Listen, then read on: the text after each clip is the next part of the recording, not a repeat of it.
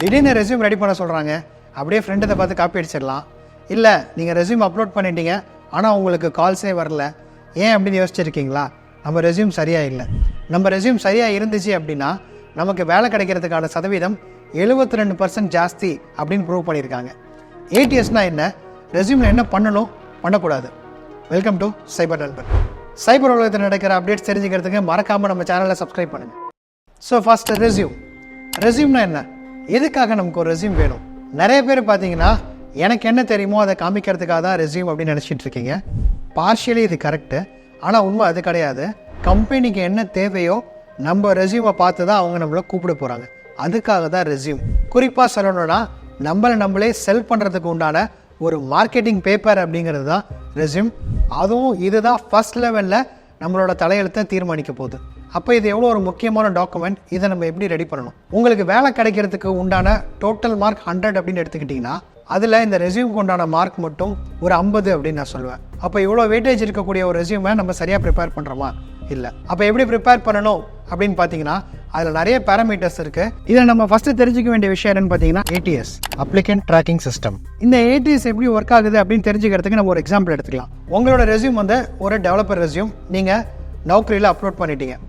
இப்போ வந்து ஒரு ஹெச்ஆரோ ஒரு டெக்னிக்கல் மேனேஜரோ ஒரு டெவலப்பர் ஓப்பனிங்காக சர்ச் பண்ண போகிறாங்க அப்படின்னா அவங்க என்ன பண்ணுவாங்க, அந்த ஜாப் டிஸ்கிரிப்ஷன் படி டெவலப்பர், லொக்கேஷன், எவ்வளோ எக்ஸ்பீரியன்ஸ் இருக்கணும், என்ன ஸ்கில் செட் அப்படின்னு போட்டு சர்ச் பண்ணாங்க அப்படின்னா அவங்களுக்கு அந்த சர்ச் படி நிறையா ரிசல்ட் கொடுக்கும். அதில் டாப்பில் இருக்க ரெஸ்யூம்ஸை தான் அவங்க ஃபஸ்ட்டு ப்ரிஃபர் பண்ணுவாங்க.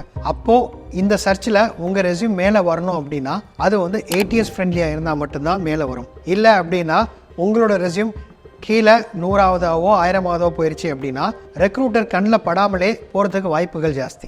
இந்த ATSல உங்கள் ரெஸ்யூம் பிக் ஆகாமல் இருக்குன்னா முக்கியமாக 2 ரீசன்ஸ் தான். ஒன்று, ATS ஃப்ரெண்ட்லி ஃபார்மேட்டில் உங்கள் ரெஸ்யூம் இல்லைனா அந்த சர்ச் கீவேர்ட்ஸ் உங்கள் ரெஸ்யூமில் இல்லை. ஸோ இதில் முதல் விஷயம் அப்படின்னு என்னென்னு பார்த்தீங்கன்னா ஃபார்மேட். உங்கள் ரெஸ்யூமோட ஃபார்மேட்டை ரொம்ப கிளியராக வச்சுக்கோங்க, கச்சமுச்சின்னு இருக்க வேணாம். ஏன்னா ஒரு ரெக்ரூட்டர் வந்து ஒரு நாளைக்கு பல ரெஸ்யூம்ஸ் பார்ப்பாங்க. அப்போது உங்கள் ரெஸ்யூம் ரொம்ப கிளட்டரியாக இருந்துச்சுன்னா அதை பொறுமையாக படிக்கிற அளவுக்கு அவங்களுக்கு டைம் இருக்காது. அதனால உங்கள் ரெஸ்யூமை ரொம்ப கிளியராகவும் சிம்பிளாகவும் வச்சுக்கோங்க. யூஸ் பண்ணுற ஃபாண்ட் வந்து சிம்பிள் ஃபாண்ட்டாக இருக்கட்டும். அதே மாதிரி மார்ஜின்ஸ், அலைன்மெண்ட்ஸ் அதெல்லாம் ஈக்குவலாக இருக்கணும். ரொம்ப முக்கியமான விஷயம், உங்களோட ரெஸ்யூம் வந்து 1 to 2 pages தான் இருக்கணும். அதுக்கு மேலே போனாலே ATS ரிஜெக்ட் பண்ண வாய்ப்பு இருக்குது. ஃப்ரெஷராக இருந்தீங்க அப்படின்னா 1 பேஜில் ரெஸ்ட்ரிக்ட் பண்ணிடுங்க. எக்ஸ்பீரியன்ஸ் அப்படின்னா 2 pagesல முடிச்சுக்கிங்க. உங்கள் ரெஸ்யூமில் ஃபோட்டோ வைக்கணுமா வைக்க வேணாமா அப்படின்னா இப்போ நீங்கள் ஒரு டிசைனர் ஜாப்க்காகவோ இல்லை ஒரு மாடல், ஒரு ரிசப்ஷனிஸ்ட் இந்த மாதிரி ஜாப்க்குலாம் அப்ளை பண்ணுறீங்க அப்படின்னா ஃபோட்டோ இருக்கிறது நல்லது.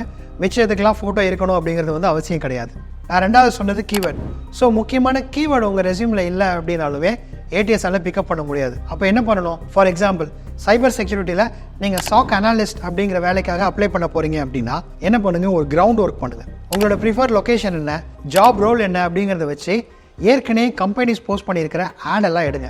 ஒரு 10 SOC analyst entry level jobs எடுங்க. அந்த 10 ஜாப்ல இருக்கிற ஸ்கில் செட் எல்லாத்தையும் எடுத்து லிஸ்ட் டவுன் பண்ணுங்க. அதில் காமனாக இருக்கிற 60 to 70% of the skill set உங்கள் ரெஸ்யூமில் இருந்துச்சுன்னா மட்டும்தான் ATSால உங்கள் ரெஸ்யூமை பிக் பண்ண முடியும். இதில் ஸ்கில் செட்ஸ் அப்படின்னு பார்த்தீங்கன்னா டெக்னிக்கல் ஸ்கில் செட் மட்டும் இல்லை, சில இடத்துல பார்த்தீங்கன்னா எஃபெக்டிவ் கம்யூனிகேஷன், டீம் ஒர்க் அப்படிங்கிற மாதிரிலாம் கொடுத்துருப்பாங்க. ஸோ இதெல்லாம் நீங்கள் தாராளமாக உங்கள் ரெஸ்யூமில் ஆட் பண்ணிக்கலாம். இது வந்து ATS உங்கள் ரெஸ்யூமை பிக் பண்ணுறதுக்கு ரொம்ப ஹெல்ப்ஃபுல்லாக இருக்கும். அதே மாதிரி சில கீவேர்ட்ஸ் காமனாக இருக்கும், அதை பற்றி உங்களுக்கு நாலேஜ் இல்லை அப்படின்னா நீங்கள் தயவு செஞ்சு அதை பற்றி தெரிஞ்சுக்கிட்டு உங்கள் ரெஸ்யூமில் அதையும் ஆட் பண்ணிடுங்க. இந்த கீவேர்ட் ரிசர்ச் நம்மளாம் நிறைய பேர் பண்ண மாட்டோம், ஆனால் இது ரொம்ப எஃபெக்டிவான டிப். கண்டிப்பாக ட்ரை பண்ணி பாருங்கள். அடுத்து டூஸ். இந்த செக்ஷன்லாம் வந்து உங்கள் ரெஸ்யூமில் கண்டிப்பாக இருக்கணும். அப்படின்னா ஒரு ஃப்ரெஷராக இருந்தீங்க அப்படின்னா உங்களோட எஜுகேஷன், ட்ரைனிங்ஸ் ஏதாவது எடுத்திருந்தீங்கன்னா அந்த ட்ரைனிங்ஸ், உங்களோட ப்ராஜெக்ட் பற்றின டீட்டெயில்ஸ், நீங்கள் ஏதாவது ஒரு ஹேக்கத்தான் இல்லை ஏதாவது ஒரு சிம்போசியமில் பார்ட்டிசிபேட் பண்ணியிருக்கீங்க, பேப்பர் ப்ரெசென்ட் பண்ணியிருக்கீங்க அப்படின்னா அதெல்லாம் பற்றி போடுங்க. அதே மாதிரி உங்களோட கீ ஸ்ட்ரென்த், இந்த வேலைக்கு நான் அப்ளை பண்ண போகிறேன் டிசைனர் ஜாப்க்கு அப்படின்னா உங்கள் ரெஸ்யூமை டிசைனர் ஜாப்க்கு ஏற்ற மாதிரி மோல்டு பண்ணுங்க. அடுத்து பார்த்தீங்கன்னா உங்கள் ரெஸ்யூமில் இருக்க வேண்டிய இம்பார்ட்டன்ட் செக்ஷன்ஸ்.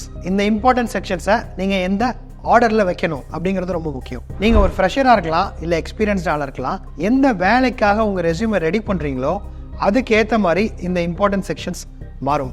ஃபார் எக்ஸாம்பிள் நீங்கள் இப்போ ஒரு டெக்னிக்கல் ஜாபுக்கு அப்ளை பண்ணுறீங்க, பட் உங்களோட டிகிரி வந்து ஒரு நான் டெக்னிக்கல் அப்படின்னா உங்களோட எஜுகேஷனை மேலே போடாமல் கொஞ்சம் கீழே இறக்கி போடுங்க. இல்லை என்னோட டிகிரி வந்து ரெலவெண்ட் டிகிரி அப்படின்னா அதை ஃபஸ்ட்டே நீங்கள் ஹைலைட்டடாக வைக்கலாம். அடுத்து டோன்ட்ஸ். இந்த மிஸ்டேக் வந்து நம்ம ரெஸ்யூமில் கண்டிப்பாக பண்ணவே கூடாது. இந்த தப்பை அதிகமாக ஃப்ரெஷர்ஸ் தான் பண்ணுவோம். ஏன்னா ஒன்று நம்ம ரெஸ்யூம் வந்து இன்னொருத்தர்கிட்டேருந்து எடுத்து காப்பி பண்ணியிருப்போம், இல்லை 1 பேஜுக்கு எனக்கு போட இடம் இல்லை அப்படிங்கிறதுனால I like singing, I like dancing, I play cricket அந்த மாதிரிலாம் போடுவீங்க. இந்த மாதிரி செக்ஷன்லாம் டோட்டலாக அவாய்ட் பண்ணுங்கள். இப்போ நீங்கள் கிரிக்கெட்டில் வந்து ஸ்டேட் லெவலில் விளையாண்டுருக்கீங்க, இல்லை டான்ஸ் வந்து ஒரு பெரிய லெவலில் ஜெயிச்சிருக்கீங்கன்னா அந்த மாதிரி அச்சீவ்மெண்ட்ஸ் வந்து ஒரு அச்சீவ்மெண்ட் செக்ஷனில் உங்கள் ரெஸ்யூமில் போடலாம்.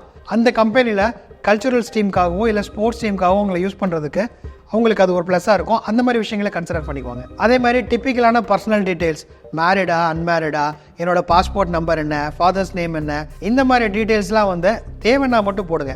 அங்கே ஒரு ஆன்சைட் ஆப்பர்ச்சுனிட்டி இருக்குன்னா உங்களுக்கு பாஸ்போர்ட் டீட்டெயில் அதோட வேலிடிட்டியெல்லாம் கொடுக்கலாம். இல்லை உங்களை டொமஸ்டிக் ரோலுக்காக தான் எடுக்கிறாங்கன்னா இந்த மாதிரி இன்ஃபர்மேஷன்லாம் அங்கே தேவையே இல்லை. அதே மாதிரி கடைசியாக I hereby declare that all the above information is true to my consent அப்படின்னு போடுறது வந்து அவுடேட்டட். அந்த மாதிரி விஷயம்லாம் உங்கள் ரெஸ்யூமில் நீங்கள் போடணும்னு அவசியமே கிடையாது. அதே மாதிரி நீங்கள் ஒரு எக்ஸ்பீரியன்ஸ் கேண்டிடேட், நீங்கள் ஒரு ஜாப்க்காக அப்ளை பண்ணுறீங்க அப்படின்னா அதுக்கு ரெலவெண்ட்டான சர்டிஃபிகேஷன், ட்ரைனிங், அதுக்கு ரெலவெண்ட்டாக உள்ள டீட்டெயில்ஸ் மட்டும் போட்டிங்கன்னா போதும். இப்போ நீங்கள் கேரியர் ஸ்விட்ச் பண்ண போகிறீங்க, சைபர் செக்யூரிட்டி படித்து முடிச்சுட்டு அந்த ஜாப்க்காக அப்ளை பண்ணுறீங்க அப்படின்னா அதுக்கு ரெலவெண்ட்டான ட்ரைனிங், சர்டிஃபிகேஷன்ஸ், நெட்வொர்க்கிங், மேபி ஒரு அப்ளிகேஷன், இந்த மாதிரி விஷயங்கள்லாம் போடலாம். அதுக்கு சம்மந்தமே இல்லாமல் நான் டிசைனிங்கில் இதெல்லாம் முடிச்சிருக்கேன் அப்படின்னு போட்டிங்கன்னா அது வந்து லீஸ்ட் போதட். அடுத்து லோகோ.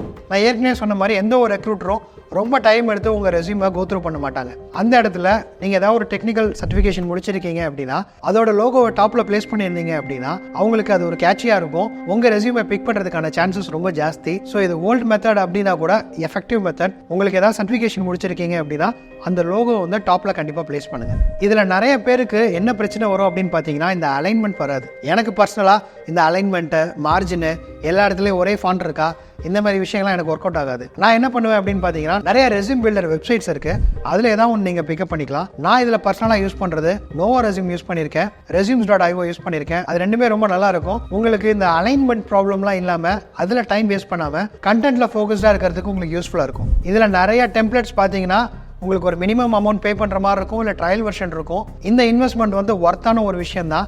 ஏன்னா இந்த ரெஸ்யூம் தான் நீங்கள் அடுத்த ஒரு 3 to 4 இயர்ஸ்க்கு கேரி ஃபார்வர்ட் பண்ண போகிறது. ப்ளஸ் இதுக்கு 50% மார்க் இருக்குது அப்படிங்கிறதுனால உங்களுக்கு அலைன்மெண்ட் வராது அப்படின்னா நீங்கள் இந்த மாதிரி ஏதாவது ஒரு ரெஸ்யூம் டெம்ப்ளேட்ஸ் யூஸ் பண்ணிக்கலாம். ஸோ ஃபைனலி இவ்வளோ நேரம் உட்காந்து ரெடி பண்ண இந்த ரெஸ்யூம் கரெக்டாக ஒர்க் அவுட் ஆகுதா இல்லையா அப்படிங்கிறத டெஸ்ட் பண்ணுறதுக்கான நேரம். இதை நீங்கள் என்ன பண்ணலாம், ஏதாவது ஒரு ஜாப் போர்ட்டலில் அப்லோட் பண்ணி ஒரு 1 வீக் வரைக்கும் வெயிட் பண்ணுங்கள்.